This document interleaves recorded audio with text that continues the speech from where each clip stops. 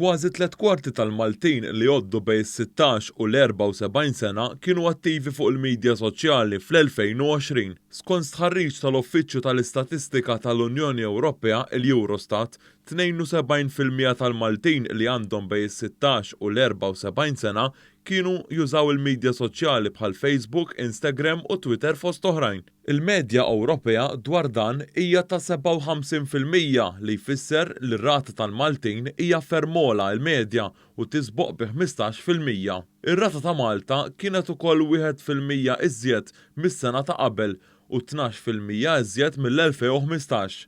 L-ogħla rati ta' użu ta' midja soċjali kienu reġistrati fid-Danimarka, fil-Belġju, f'Ċipru, fil-Finlandja u fl-Ungerija. Dan fil-waqt li l-iktar pajjiżi b'rati baxxi ta' użu ta' midja soċjali fost dawk li għandhom bejn is-16 u l-74 sena kien hemm l-Italja, il-Ġermanja, il-Bulgarija u l-Polonja.